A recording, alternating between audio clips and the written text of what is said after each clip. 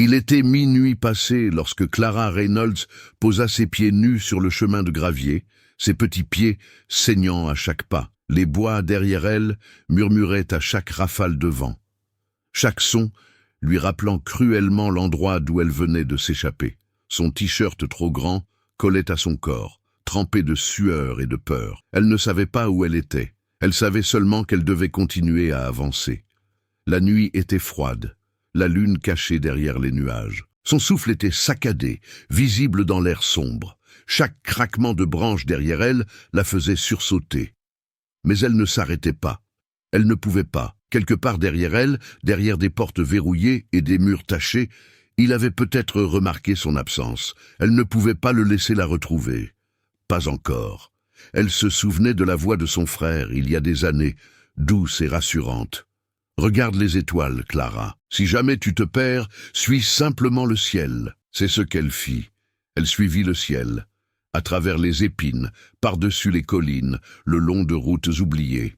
Elle avait 11 ans, elle était seule, elle avait peur, et pourtant, elle marchait. Car quelque chose au plus profond d'elle-même avait décidé « Ce n'est pas ici que je mourrai ». Voici l'histoire d'une enfant qui a refusé d'être une victime et qui a traversé les ténèbres pour trouver la lumière. Avant d'aller plus loin, abonnez-vous dès maintenant et activez la cloche, car ici, nous racontons les histoires que personne d'autre n'ose raconter. Réelles, brutes, inoubliables. Rejoignez une communauté qui ressent, protège et se souvient. Ne manquez pas ce qui pourrait changer votre vision du monde.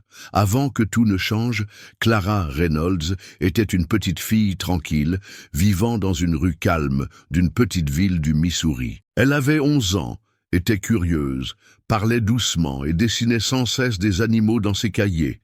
Elle rêvait de devenir vétérinaire.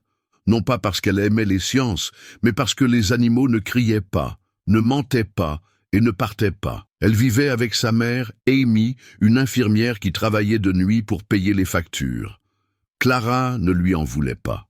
Elle savait que sa mère faisait de son mieux. Mais la solitude était devenue une colocataire silencieuse dans leur maison, surtout depuis que Tyler, son frère aîné, était mort dans un accident de voiture 2 ans plus tôt.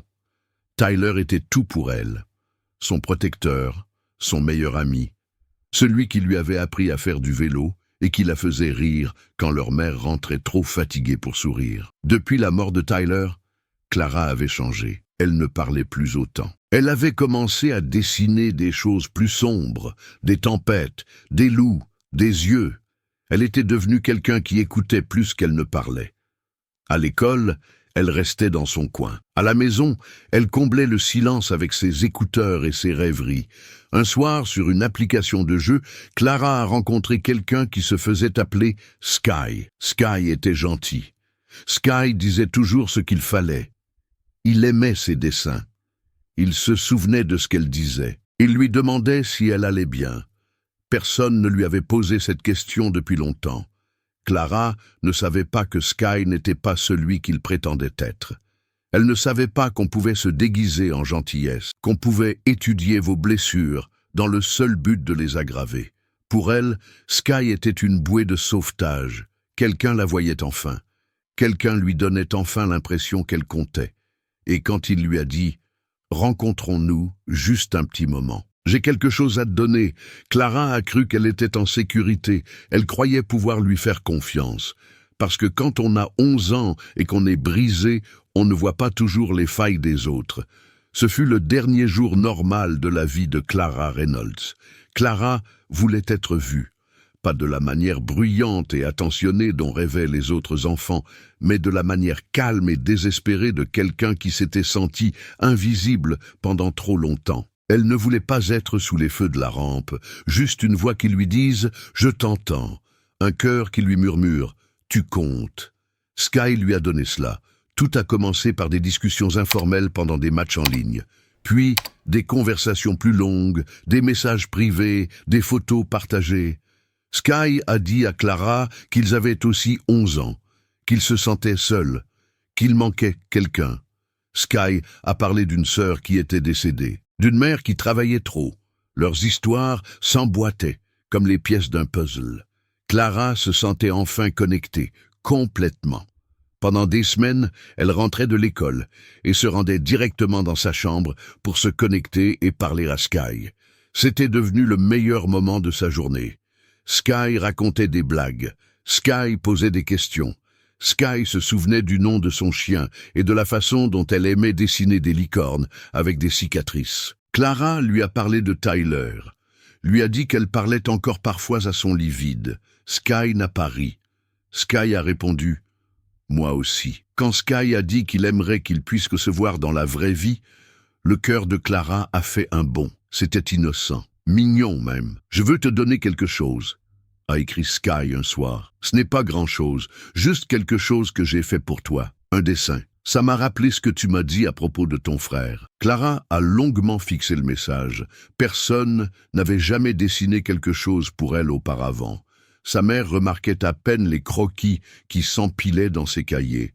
Sky a dit qu'il laisserait le dessin dans un petit parc près de chez Clara, caché derrière un vieux chêne. « Je ne serai pas là », a-t-il précisé. « C'est juste une surprise. » Clara savait que c'était contraire aux règles. Sa mère lui avait dit de ne pas rencontrer des gens sur Internet. Mais ce n'était pas une rencontre. C'était juste une promenade dans le parc, juste un cadeau, juste quelqu'un qui tenait à elle. Elle attendit que sa mère parte travailler, puis enfila un sweat à capuche et se glissa hors de la maison par la porte arrière. Le parc était calme, immobile, la lune filtrait à travers les branches. Il n'y avait pas de dessin, juste un homme. Il lui a souri quand il l'a vu, mais ce n'était pas le sourire que Sky utilisait dans ses emojis. Quelque chose n'allait pas, trop large, trop calme. Clara s'est figée. « Tu es Clara ?» lui a-t-il demandé. Elle n'a pas répondu. Elle a reculé d'un pas. C'est alors qu'il a tendu la main et tout en elle a crié « Trop tard !» Clara s'est retournée pour s'enfuir. Mais il était plus rapide. Sa main se referma sur son bras comme un piège et la tira en arrière. Elle hurla, un cri aigu et brisé qui se perdit dans le silence du parc. Il n'y avait aucune maison à proximité, aucune lumière aux fenêtres, personne pour l'entendre. « Ne rends pas les choses plus difficiles », murmura-t-il en la traînant vers une voiture sombre garée sous les arbres. Elle donna des coups de pied, griffa, supplia. Sa voix se brisa à force de pleurer, mais il ne s'arrêta pas.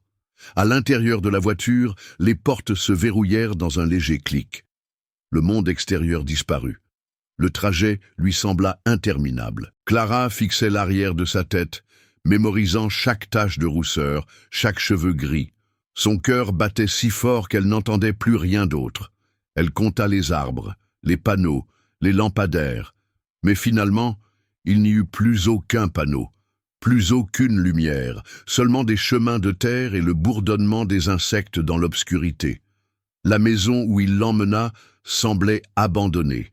Peinture écaillée, marche du porche cassée, fenêtres recouvertes de couvertures. À l'intérieur, ça sentait le moisi et autre chose, quelque chose d'aigre et de métallique. Il la conduisit dans une petite pièce, la poussa à l'intérieur et verrouilla la porte derrière elle. Ce fut la première nuit. Il n'y avait pas de lit, juste une couverture sur le sol, pas de lumière, seule une fente sous la porte laissait passer un mince rail de gris. Clara ne dormit pas. Elle resta assise, recroquevillée sur elle-même, tremblante, priant et murmurant le nom de Tyler comme s'il s'agissait d'un bouclier. Les jours se succédèrent. Il ne parlait pas beaucoup. Parfois, il apportait à manger, de vieux sandwichs, des crackers. D'autres fois, rien. Elle cessa de poser des questions. Elle cessa d'essayer de donner un sens à ces heures interminables. À la place, elle griffait des lignes sur le mur avec son ongle. Une pour chaque jour qui, selon elle, s'était écoulé. 7, puis 12, puis 20. Elle essayait de se souvenir de la voix de sa mère, de son rire. Mais tout lui semblait loin, comme un spectacle qu'elle avait vu autrefois et dont elle avait oublié la fin. Parfois, il ouvrait la porte et se contentait de la regarder, sans parler, sans bouger, juste regarder. C'était le pire. L'attente, le silence, ne pas savoir quand cela finirait, ni même si cela finirait un jour. Clara a cessé de pleurer, elle a cessé de crier. La peur n'était pas partie, mais elle avait changé. Elle était devenue plus froide, plus dure. Elle n'espérait plus être retrouvée. Elle réfléchissait à un moyen de s'échapper.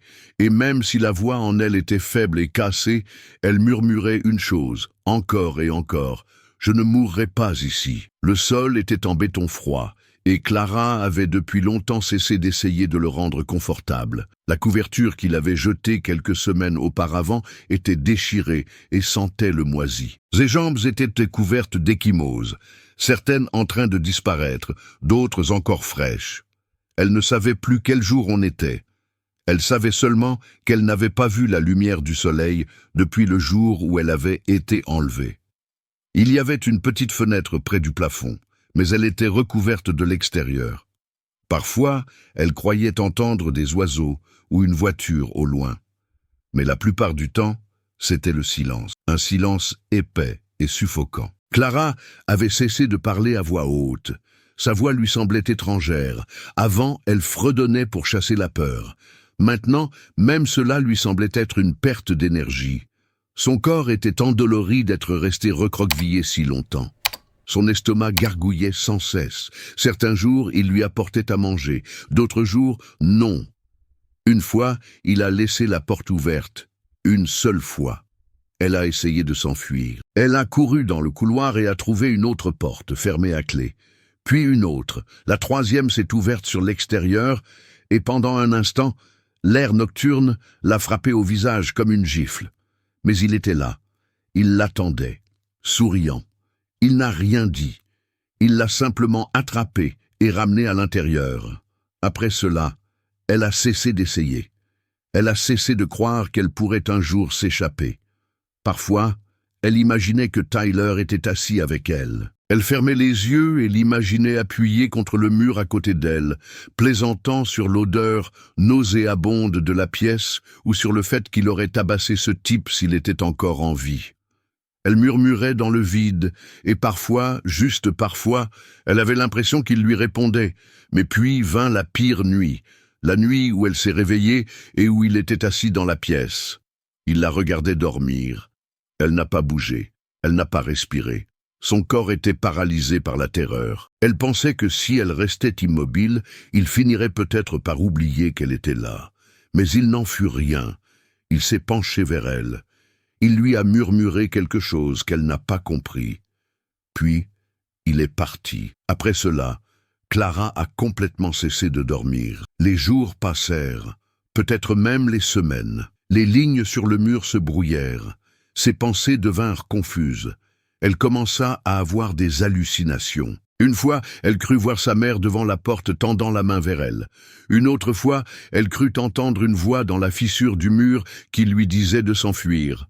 Son corps s'affaiblissait, mais quelque chose d'autre grandissait en elle, une sorte de rage silencieuse, pas bruyante ni dramatique, mais constante, froide, concentrée. Elle commença à élaborer un plan. Chaque fois qu'il apportait à manger, elle observait comment il ouvrait la porte. Elle notait combien de temps elle restait entr'ouverte, quel pied il posait en premier, comment il tenait la clé. Elle remarqua qu'il devenait moins prudent. Un jour, il ne ferma pas complètement la porte. Elle la vit rebondir légèrement.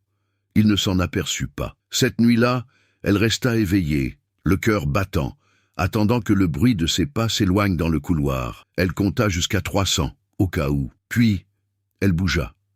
Doucement, lentement, elle poussa la porte. Elle grinça trop fort. Elle se figea, rien. Puis elle poussa la porte et sortit.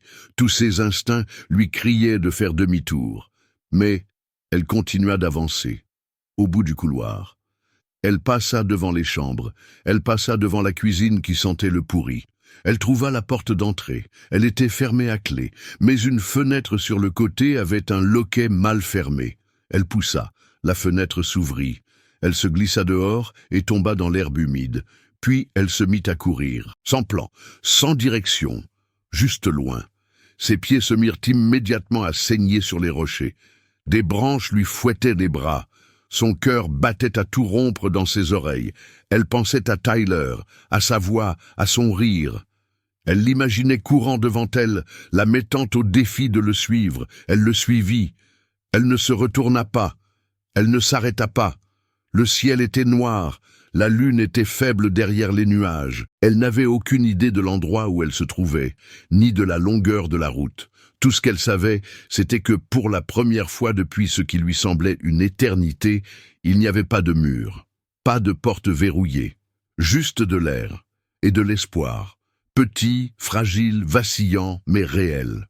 Si une partie du parcours de Clara vous rappelle quelqu'un, ou peut-être même vous-même, prenez un moment pour aimer cette vidéo. Et si sa voix vous a touché, partagez vos impressions dans les commentaires.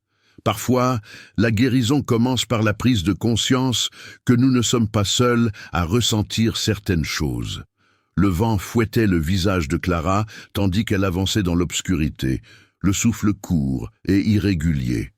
Ses jambes lui brûlaient, ses pieds étaient en sang, chaque pas laissant de petites traces de sang sur le gravier. Mais elle ne s'arrêta pas. Elle ne pouvait pas. La nuit n'était pas silencieuse, elle était vivante. Les grillons stridulaient, les branches craquaient, les hiboux ululaient au loin. Chaque bruit la faisait sursauter, la faisait jeter un coup d'œil derrière elle, s'attendant presque à voir son ombre s'étirer sur la route. Mais personne ne venait. Elle s'était échappée. Maintenant venait le plus difficile, survivre à cette fuite. Il n'y avait aucune maison, aucun panneau, aucune lumière. Juste une route sans fin et une forêt dense qui se refermait de part et d'autre. Son cœur battait à tout rompre dans sa poitrine, sauvagement et irrégulièrement, mais c'était le sien. Et pour la première fois depuis des semaines, il ne battait pas à cause de la peur. Il battait pour autre chose, la détermination. Elle leva les yeux vers le ciel. Les nuages s'étaient déplacés, révélant des étoiles éparpillées comme de la poussière dans le ciel. Cela lui rappela Tyler. Comment il l'avait emmené dehors pendant une coupure de courant, l'avait fait s'allonger dans l'herbe et lui avait dit « Peu importe à quel point il fait noir, il y a toujours de la lumière là-haut. Il suffit de la chercher. » Elle murmura son nom, laissant le souvenir l'envelopper comme un manteau. « Tyler, dit-elle dans le vent, je suis toujours là. » Et cela l'aida. Elle se mit à lui parler à voix haute, lui disant où elle était, ce qu'elle faisait, à quel point elle avait peur. Cela l'aida à garder les pieds sur terre, à rester concentrée. Car si elle pouvait parler, elle pouvait penser.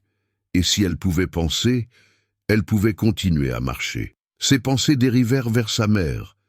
Amy Reynolds, l'infirmière surmenée qui rentrait toujours épuisée à la maison, qui ne disait pas souvent « je t'aime », mais qui était restée une fois toute la nuit à tenir Clara dans ses bras après un cauchemar. Clara imagina son visage à cet instant, ridé par l'inquiétude, vieilli par la culpabilité, tenant peut-être une photo de sa fille et priant un Dieu auquel elle croyait à peine. « Je rentre à la maison, maman, » dit Clara doucement. « Je te le promets. » Tous les quelques mètres, elle devait s'arrêter pour reprendre son souffle, s'appuyant contre les arbres ou s'accroupissant dans l'herbe.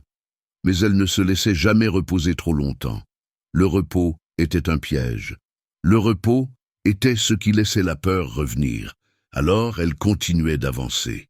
Et à chaque pas douloureux, quelque chose changeait en elle. Elle n'était plus la même fille qui était entrée dans ce parc quelques semaines auparavant. Cette fille était douce, naïve, en manque d'amour. Cette fille-là, elle était vive, concentrée, dangereuse à sa manière, dans son silence. Elle avait appris à survivre à un monstre. Maintenant, elle apprenait à survivre aux conséquences. La route s'étendait devant elle, les étoiles veillaient sur elle. La douleur ne cessait pas, mais elle non plus, car quelque part, au-delà des arbres, de l'obscurité et du froid, quelqu'un allait l'aider. Elle en était convaincue désormais. Et plus encore, elle croyait en elle-même. Les phares l'éclairèrent, comme une vague de lumière. Clara se figea au milieu de la route, les bras croisés sur la poitrine, les yeux écarquillés et à moitié aveuglés. Elle n'avait pas entendu la voiture approcher à cause du battement de son cœur. Pendant un instant, elle fut certaine que c'était lui, qu'il l'avait retrouvé, que c'était la fin. Mais la voiture s'arrêta. Une portière s'ouvrit. Une voix féminine l'appela. « Ma chérie, tu vas bien ?» Clara ne put répondre. Ses lèvres tremblaient, son corps vacillait, puis elle s'effondra. Les heures suivantes furent floues. Elle se réveilla dans un lit d'hôpital, l'odeur de l'antiseptique lui piquant les narines. Des lumières bourdonnaient au-dessus d'elle. Des fils étaient reliés à ses bras. Une infirmière vérifia son pouls. Un policier se tenait dans un coin. Sa mère était à ses côtés, le visage pâle, les yeux gonflés. Elle répétait sans cesse « Je suis tellement désolée, ma chérie. Je suis tellement désolée. » Clara ne dit rien. Pas au début. Il y avait trop de choses à assimiler, trop de choses brisées en elle. Mais elle ne pleura pas non plus. Elle se contenta d'écouter. Le bourdonnement des machines, les paroles prudentes des médecins, la voix douce de la femme qu'il avait trouvée, Evelyn Moore, qui vint lui rendre visite tous les jours par la suite. « Tu es en sécurité maintenant », lui disait-elle. Mais Clara n'avait pas encore l'impression d'être en sécurité. La nuit, Clara se réveillait sans cesse. Le moindre bruit la faisait sursauter.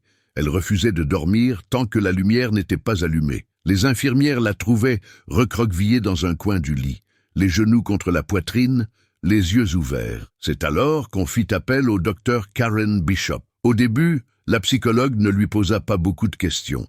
Elle s'assit simplement à côté d'elle et dessina dans un cahier pendant que Clara fixait le mur. Puis un jour, elle tendit le cahier à Clara et lui dit « Dessine quelque chose ». Clara dessina une porte fermée à clé. Lors de la séance suivante, elle dessina une clé, puis une étoile, puis Tyler. Les dessins devinrent son langage, son moyen de revenir dans le monde. Peu à peu, les mots revinrent, par fragments, dans un murmure, mais ils revinrent. Au bout de 2 semaines, Clara se leva de son lit et marcha jusqu'à la fenêtre sans aide. Elle regarda les voitures dans la rue en contrebas et ne broncha pas lorsqu'une sirène passa. C'était un progrès, infime, mais réel. Sa mère restait à l'hôpital jour et nuit. Parfois, elle parlait. Parfois, elle se tenait simplement la main. Il n'y avait pas de mots parfaits, pas de magie pour réparer ce qui s'était passé. Mais Clara ne se sentait plus seule. Et dans ce silence fragile, quelque chose recommençait à grandir. Pas tout à fait la paix, mais l'espoir. Le plus difficile fut de retourner à l'école. Clara franchit les portes de l'école Jefferson Middle School avec un sac à dos qui lui semblait 2 fois plus lourd qu'avant. Tout le monde avait entendu l'histoire.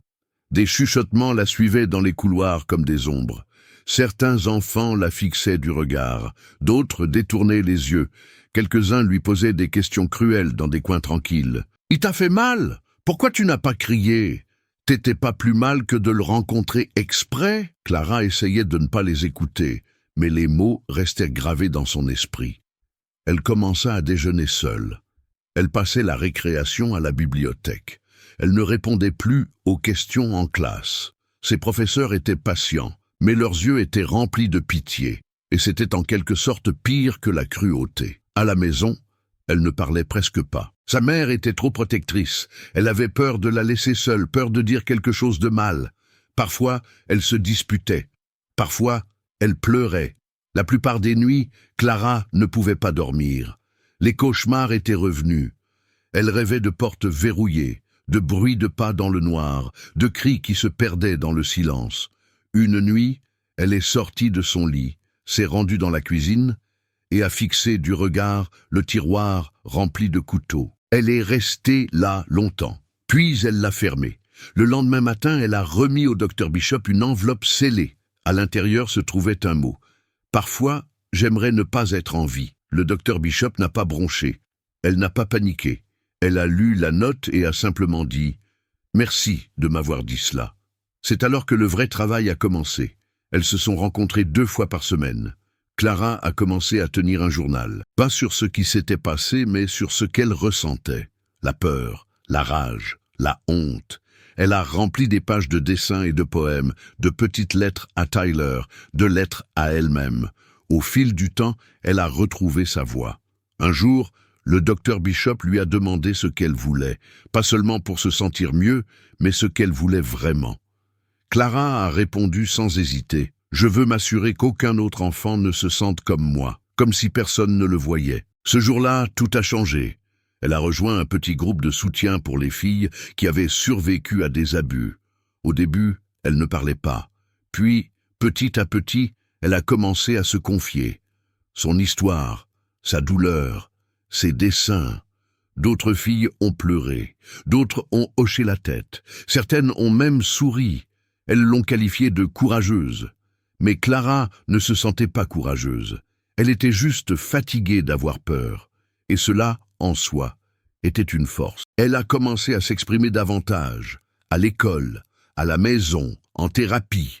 Elle a commencé à militer pour une meilleure sécurité en ligne lors des assemblées scolaires. Elle a aidé le Dr Bishop à concevoir un programme visant à sensibiliser les enfants et les parents aux prédateurs numériques. Elle n'était pas complètement guérie, mais elle était en voie de guérison.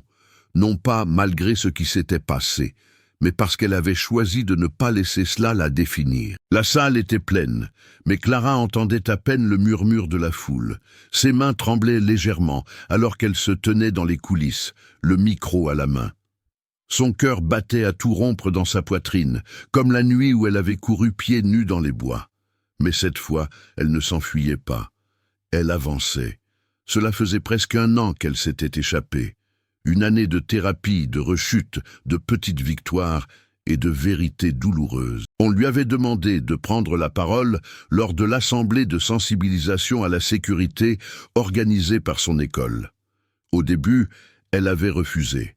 Puis, elle avait hésité. Et finalement, elle avait accepté. Et maintenant, elle était là. Le directeur Lawrence fit une brève introduction. Il ne mentionna pas son nom. Il ne raconta pas son histoire. Il dit simplement « Aujourd'hui, quelqu'un de courageux souhaite vous parler d'un sujet important. » Clara monta sur scène. Les projecteurs l'éblouissaient. La foule, composée d'élèves, de professeurs et même de parents, attendait en silence. Elle prit une grande inspiration. « Je m'appelle Clara Reynolds, dit-elle. Vous savez probablement qui je suis. Vous avez entendu des choses, des murmures, des rumeurs. » Elle leva les yeux et croisa le regard de l'assemblée. Certaines sont vraies. Un silence s'installa dans la salle. J'ai été enlevé. J'ai été séquestré dans une pièce pendant des semaines. J'ai été trompé par quelqu'un qui se faisait passer pour un ami. Personne ne bougeait. Mais ce n'est pas ce dont je veux vous parler aujourd'hui. Elle fit une pause, laissant le silence s'installer. Je veux vous parler de ce qui s'est passé après, du fait de me réveiller en pleine nuit, tremblante, du fait d'être assise en classe, faisant semblant d'aller bien, tout en me rappelant ce que j'avais ressenti enfermé dans le noir, du fait que les gens me posaient des questions qui me faisaient plus mal que le souvenir lui-même. Sa voix se brisa, elle la laissa. Je veux parler de guérison, et du fait que ce n'est pas joli, ce n'est pas rapide. Ce n'est pas quelque chose qui arrive simplement parce que vous avez survécu. Elle prit une autre inspiration, plus calme à présent. La guérison est compliquée. C'est s'effondrer et se reconstruire encore et encore. C'est dire la vérité même quand c'est terrifiant. C'est choisir de vivre même quand une partie de vous ne le veut pas. Quelqu'un dans le public s'essuya les yeux. Elle continua. Avant, je pensais que ce qui m'était arrivé me définirait pour toujours, que je serais toujours cette fille, la victime, celle qui était brisée. Elle s'avança, les yeux brillants. Mais je ne suis pas seulement une survivante, je suis une battante, je suis une sœur, je suis une artiste. Je suis quelqu'un qui s'en est sorti et qui a choisi de revenir plus forte. Quelques personnes ont commencé à applaudir, puis d'autres. Bientôt, la salle a explosé. Sa mère se tenait à l'arrière, les mains sur la bouche, les larmes coulant sur ses joues. Le docteur Bishop était assis à côté d'elle, les yeux remplis de fierté. Clara a souri à travers ses larmes. Plus tard, dans les coulisses, une jeune fille d'environ 10 ans s'est approchée d'elle, tenant un carnet de croquis. « Je peux vous montrer quelque chose ?» a chuchoté la fillette. Clara a acquiescé. La fillette ouvrit le carnet à une page. On y voyait une fille debout, sous la pluie, tenant une lanterne. Au-dessus d'elle, il y avait des étoiles. « C'est toi », dit la fillette. Clara s'agenouilla et toucha le dessin avec des doigts tremblants. « Non », murmura-t-elle, « c'est toi ». C'était la première fois qu'elle comprenait vraiment le pouvoir de son histoire. Il ne s'agissait pas seulement de douleur. Il s'agissait de lumière. Il s'agissait de traverser les ténèbres et de devenir la lanterne de quelqu'un d'autre. À cet instant, tout a basculé. La peur n'avait pas disparu. Les souvenirs n'étaient pas effacés. Mais ils ne la contrôlaient plus. Elle les avait pris et les avait transformés en quelque chose qui pouvait sauver quelqu'un d'autre. C'était sa victoire. C'était sa liberté. Clara croyait autrefois que son silence la protégeait. Maintenant, elle savait que ce n'était pas vrai. Son histoire était devenue plus qu'un souvenir, c'était un message, un rappel que les monstres ne se cachent pas toujours dans l'ombre. Parfois, ils sourient, parfois, ils semblent gentils, et parfois, ils prennent le visage d'un ami. Ce qui est arrivé à Clara était horrible, mais ce qu'elle a choisi de faire après était extraordinaire. Elle aurait pu se cacher pour toujours. Elle aurait pu disparaître dans son traumatisme, le laisser l'engloutir tout entière. Mais au lieu de cela, elle l'a affronté, petit à petit, larmes après larmes. Et ce faisant, elle a enseigné aux autres quelque chose que la plupart des adultes n'apprennent jamais complètement. Guérir, ce n'est pas oublier, c'est se réapproprier. L'histoire de Clara n'était pas une histoire de faiblesse, c'était une histoire de force dans sa forme la plus pure, la plus brute. La force de parler quand ta voix tremble, la force de faire à nouveau confiance après avoir été trahi, la force de faire un pas de plus quand ton corps te supplie d'arrêter. Elle a rappelé aux gens, aux parents, aux enseignants, aux amis que la protection commence par la présence, par l'écoute, par le fait de remarquer quand un enfant change, quand il se renferme, quand sa lumière s'éteint, car parfois ce qui sauve une vie ce n'est pas un sauvetage, c'est l'attention. C'est la confiance. Et surtout, c'est l'amour qui s'exprime dans les moments calmes et quotidiens qui disent « Je te vois ». 10 ans plus tard, Clara Reynolds se tient devant des salles de classe, non pas en tant que survivante, mais en tant que mentor. Elle a aujourd'hui 21 ans et étudie la psychologie à l'Université du Missouri. Son rêve de devenir vétérinaire s'est transformé en quelque chose de plus profond. Aider à guérir les blessures qui ne se voient pas au rayon X. Elle intervient dans des écoles, des refuges et des conférences pour partager son histoire, non pas pour revivre le passé, mais pour lui donner un nouveau sens. Chaque fois qu'elle la raconte, elle voit les yeux s'écarquiller, les épaules se détendre, les cœurs s'adoucir, car sa voix porte ce que tant d'enfants n'ont jamais pu dire. Elle a également lancé une organisation à but non lucratif appelée Lantern Project, inspiré du dessin que la petite fille lui avait donné dans les coulisses. Ce projet offre un accès à des thérapies, une éducation à la sécurité numérique et un mentorat par des pères aux enfants qui ont été victimes de traumatismes ou d'abus. Clara anime des ateliers où les jeunes survivants dessinent, écrivent et s'expriment, non pas en tant que victimes, mais en tant qu'acteurs de leur propre guérison. Son journal des premiers mois qui ont suivi sa fuite a été publié l'année dernière sous le titre « The Road Back ». Il est devenu un best-seller, non pas parce qu'il était parfaitement écrit, mais parce qu'il était d'une réalité déchirante. Amy, sa mère, est aujourd'hui l'une des bénévoles les plus actives de l'organisation. Ensemble, elles ont transformé leur culpabilité en motivation. Clara n'a pas seulement survécu, elle est devenue la lumière qu'elle cherchait autrefois. Si vous êtes arrivé jusqu'ici, c'est parce que quelque chose dans l'histoire de Clara vous a touché.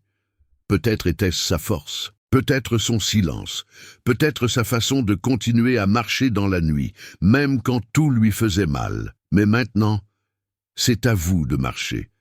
Pas 10 kilomètres dans l'obscurité, mais quelques pas simples qui pourraient signifier tout pour quelqu'un d'autre.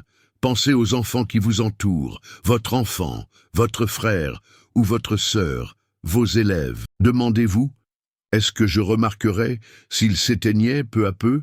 Serais-je la personne à qui il se confierait? C'est le moment d'y regarder de plus près, d'écouter plus attentivement, de parler plus doucement. Et si cette histoire vous a touché, ne vous arrêtez pas là. Laissez un commentaire. Que diriez-vous à Clara si elle était votre fille? Partagez cette vidéo avec quelqu'un qui a besoin de l'entendre. Abonnez-vous à la chaîne et rejoignez-nous pour raconter des histoires qui comptent. Parce que parfois, une histoire peut ouvrir les yeux de quelqu'un. Et parfois, elle peut sauver une vie. Le chemin peut être long, mais aucun enfant ne devrait jamais avoir à le parcourir seul.